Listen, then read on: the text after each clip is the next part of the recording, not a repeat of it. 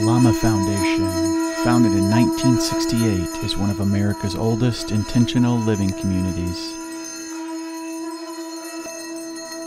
This long-enduring community is based on an eclectic blend of spiritual practices, cultural diversity, and consensus decision-making.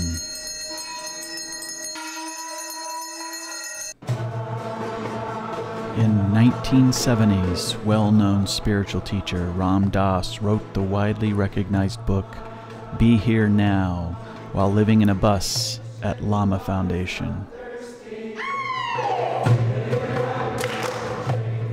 Over the years, Lama Foundation has served as host of many respected spiritual teachers, authors, and poets, including such well-known figures as Ram Dass, Chogyam Trungpa Rinpoche, Baba Hari Das, Jack Kornfield, Stephen Levine, and Robert Bly.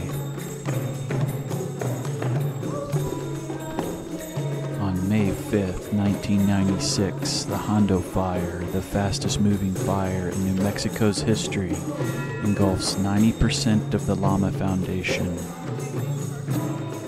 Overnight, Lama was turned from a thickly forested, high alpine landscape to a barren and eerie, ash-covered moonscape. The fire swept up the dry mountainside and destroyed 22 out of 29 buildings, leaving Lama Foundation with minimal facilities. It was headed this direction, but by that time the authorities had shut everything down. We were not letting anybody back up. Wow. So everybody left here on a moment's notice without grabbing anything. Our land is approximately 108 acres, and so only about 5 acres survived. The rest was toast. It was just ash. Skeleton trees, which you see a few around, and then there's this black, dusty, silty moonscape, you know, about that thick of ash. Watching it from down the hill, the people were like, of course, like, their life's going up in smoke. Lama's gone, you know, it's just burnt to a crisp.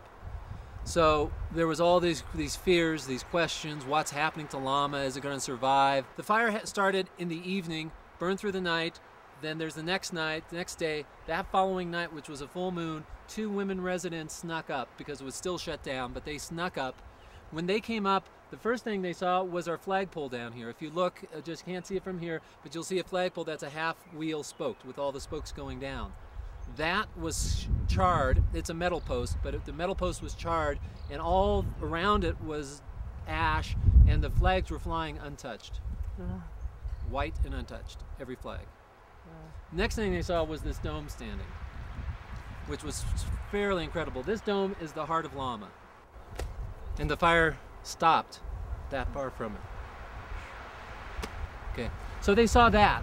And then when they looked up, here was the kitchen.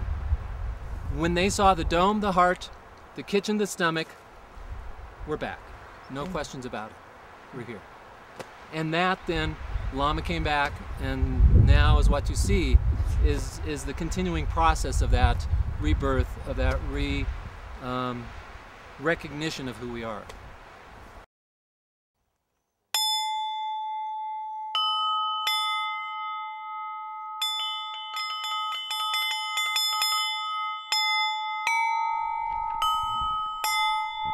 The devastation of the 1996 fire ushered in a new opportunity to explore a more sustainable lifestyle, utilizing green building and permaculture techniques at an elevation of 8,600 feet. After the fire, housing was a big issue, and we recognized immediately that in order for Lama to rebuild, we needed to rebuild the resident body, the people who are year-round. Without doing that, everything else is pointless. So in that, housing became the major critical issue. 90% of the wood in our structures now is off the land. So we drop it, we'd put it on a trailer, take it to the local mill, they'd cut it, we'd bring it back, and we use it that way. We decided, okay, let's teach. Let's use the teaching model as a way in which we can stack functions. We'll put on a workshop, you know, people will get educated, right livelihood, we'll get actually we just tried to break even with them. And then out of this process, a structure is built that we can then utilize on the land. So that's generally the model we've used for creating these, you know, to help these buildings manifest.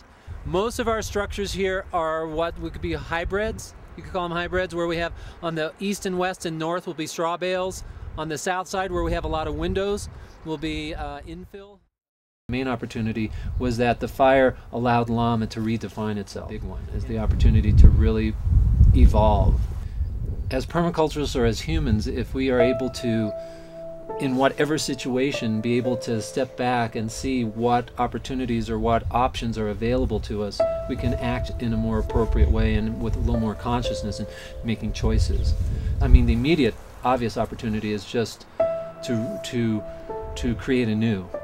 To me, it's not what opportunities are created per se, but more of what abilities do we have to recognize opportunities, and how much can we move from reaction into action, into making choices. And that's what recognizing opportunities does. It moves you into making choices and acting instead of reacting.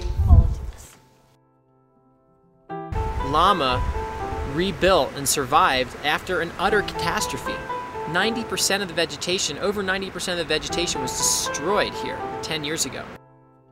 Rebuilding after catastrophe, about designing for catastrophe, designing for surviving the potential catastrophes. Whether you live in Florida and you get hurricanes, whether you live in Arizona, New Mexico, and you get forest fires,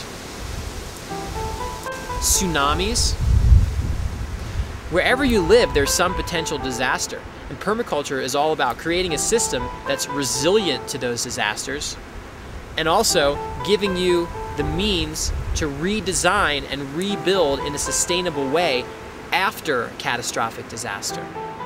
I think the Federal Emergency Management Agency probably has a lot to learn from how Lama has rebuilt. Since 1999, natural building and permaculture workshops, Build Here Now and Grow Here Now, inspired by Ram Dass' seminal book and work, Be Here Now, have been offered at Lama Foundation to provide education on building sustainably, living sustainable, and growing sustainably. The rebuilding and replanning of the Lama Foundation has made available to students of permaculture and sustainable building a hands-on learning environment, so these skills can be taken back home, wherever that may be, for the possibility of a more sustainable future for us all.